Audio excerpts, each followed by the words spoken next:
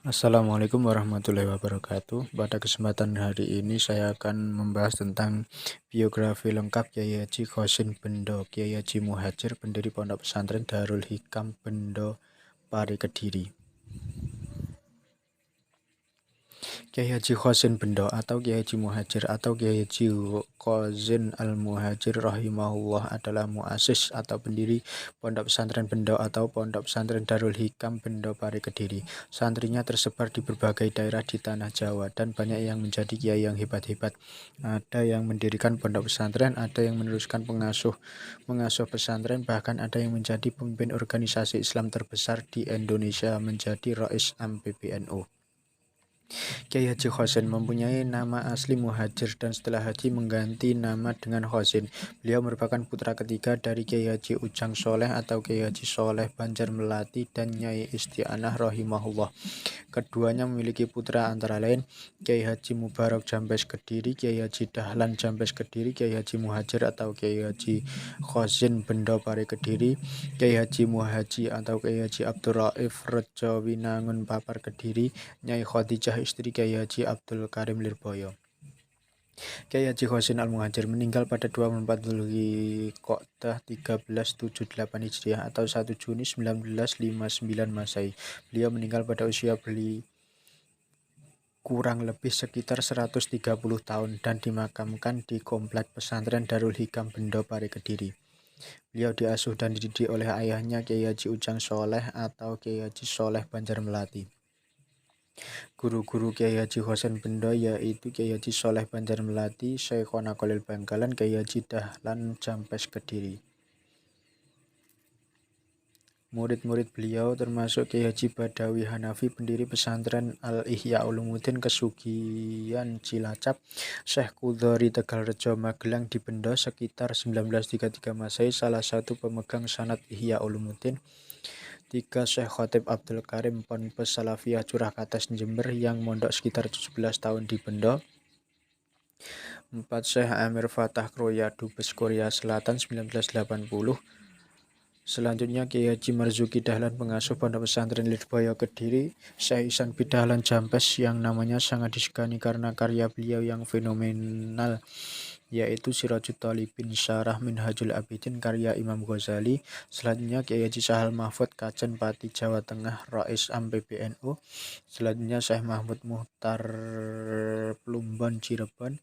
Selanjutnya Kiai Haji Fuad Hasim Cirebon, Kiai Haji Samzuhdi pengasuh pesantren At-Tauqih Al-Islami Banyumas, Kiai Haji Muhammad Dimyati bin Muhammad Amin atau Abu Dimyati Pandeglang Banten, Syekh Mas'ud Cilacap, Kiai Haji Jazim Nur Podo Katon Pasuruan, Syekh Abbas Genteng Banyuwangi, Kiai Haji Muhammad Salman Dahlawi pengasuh pesantren Popongan Klaten, Kiai Haji Ahmad Mahdah Zawawi Kencong, Kiai Qudhori Abdul Aziz Ponorogo, Kiai Imam Turmuzi Banyuwangi, Kiai Abu Hasan Sadili pengasuh pesantren Mambaul Ulum, putra dari Kiai Haji Askandar dan kakak dari Kiai Haji Nur Iskandar SQ Jakarta dan Kiai Haji Anwar Iskandar Kediri.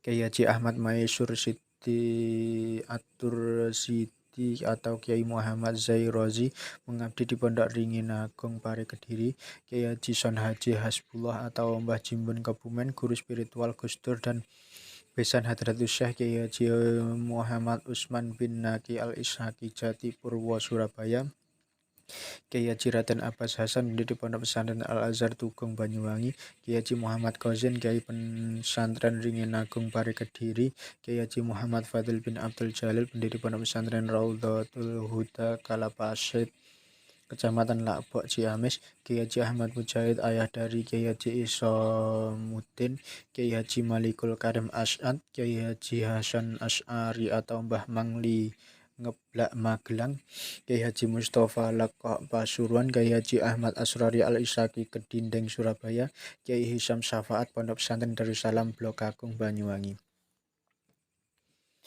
Beliau pernah nyantri langsung kepada Syekhona Khalil bin Abdul Latif di Bangkalan bersama dengan Hadratus Syekh Kiai Haji Muhammad Hasyim Asy'ari Tebu Ireng Jombang.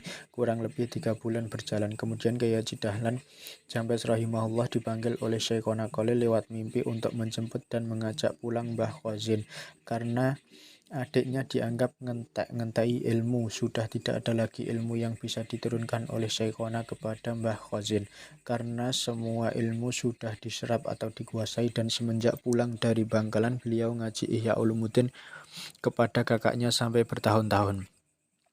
Ketika mendirikan Pondok Bendo kurang lebih tahun 1889 Masehi dan mempunyai santri pertama, Mbah Khozin sudah berumur 60 tahun. Kemudian beliau memimpin kurang lebih 70 tahun. Gaya kepemimpinan beliau dalam mengasuh Pondok Bendo dikenal sangat santun, ramah, dan sangat menghormati terhadap orang lain, bahkan terhadap orang awam atau umum atau bukan santri. Sehingga oleh masyarakat lebih dikenal sebagai Mbah Khozin daripada Kiai atau Syekh Khozin. Panggilan Mbah disematkan karena dia dianggap sebagai mbahnya semua orang, karena keakraban dan kerendahan hati beliau dengan semua orang. Apa yang diajarkan oleh Mbah Khozin untuk kita adalah ketekunan, istiqomah, sholat jamaah, dan ngaji, termasuk cerita masyhur di kalangan alumni bahwa beliau tidak pernah meninggalkan jamaah atau ngimami di Pondok Bendo selama 40 tahun. Sangat banyak santri beliau yang kemudian menjadi orang besar dan masyhur namanya. Setelah Syekh Khozin atau Muhajir meninggal, Pondok Bendo diasuh oleh putranya bernama Hadratus Syekh Kiai Haji Khoyatul Maki rahimahullah. Setelah Hadratus Syekh Kiai Haji Khoyatul Maki meninggal, pondok pesantren tersebut diasuh oleh Kiai Haji Izzuddin Khoyatul Maki rahimahullah. Kataman kitab Ihya Ulumuddin karya Imam Al-Ghazali rahimahullah merupakan suatu tradisi unik yang merupakan peninggalan langsung dari Mbah Khozin yang masih mempunyai rahasia tersendiri, dan sampai sejauh ini hanya ada 2 pondok yang berani memakai tradisi ini. Syukuran kataman kitab tasawuf dengan nanggap musik dangdut, yaitu Pondok Pesantren Api Tegalrejo Magelang dan Pondok Pesantren Curah Kates Jember. Dan ketika ada peneliti dari salah satu universitas terkemuka di Jawa Timur tentang keunikan ini, mereka 2 pondok tersebut hanya mempunyai satu alasan: saya hanya mengikuti guru saya di Bendo. Jadwal mengaji Kiai Khozin memang cukup padat, mulai kitab Hikam, Ad-Dasuki ala Ummul Barohin, Fathul Wahab, Qadrul Ghois, dan Tafsir Jalalain memenuhi jadwal Kiai Khozin dari pagi hingga malam hari. Tercatat hanya 5 hari saja Kiai Khozin libur mengaji, itu pun 5 hari menjelang beliau wafat. Saat itu seusai sholat Jumat, Kiai Khozin mengeluh sakit, kemudian beliau beristirahat. Semasa beliau sakit, Abu Yatim Yati diminta mewakili Kiai Khozin untuk mengaji. Hingga pada hari Selasa, Kiai Khozin pun dipanggil menghadap Sang Kholik di usianya yang sudah cukup senja. Kiai Haji Khozin Bendo semenjak kecil dididik dengan disiplin oleh ayahanda beliau, dan beliau juga belajar kepada Syekhona Khalil Bangkalan. Beliau melakukan pembelajaran di pondok pesantren dengan cara disiplin yang sangat ketat dan jadwal yang padat. Maka tidak heran bila murid-murid beliau banyak yang menjadi ulama-ulama tersohor, bahkan ada yang menjadi Rais Am PBNU.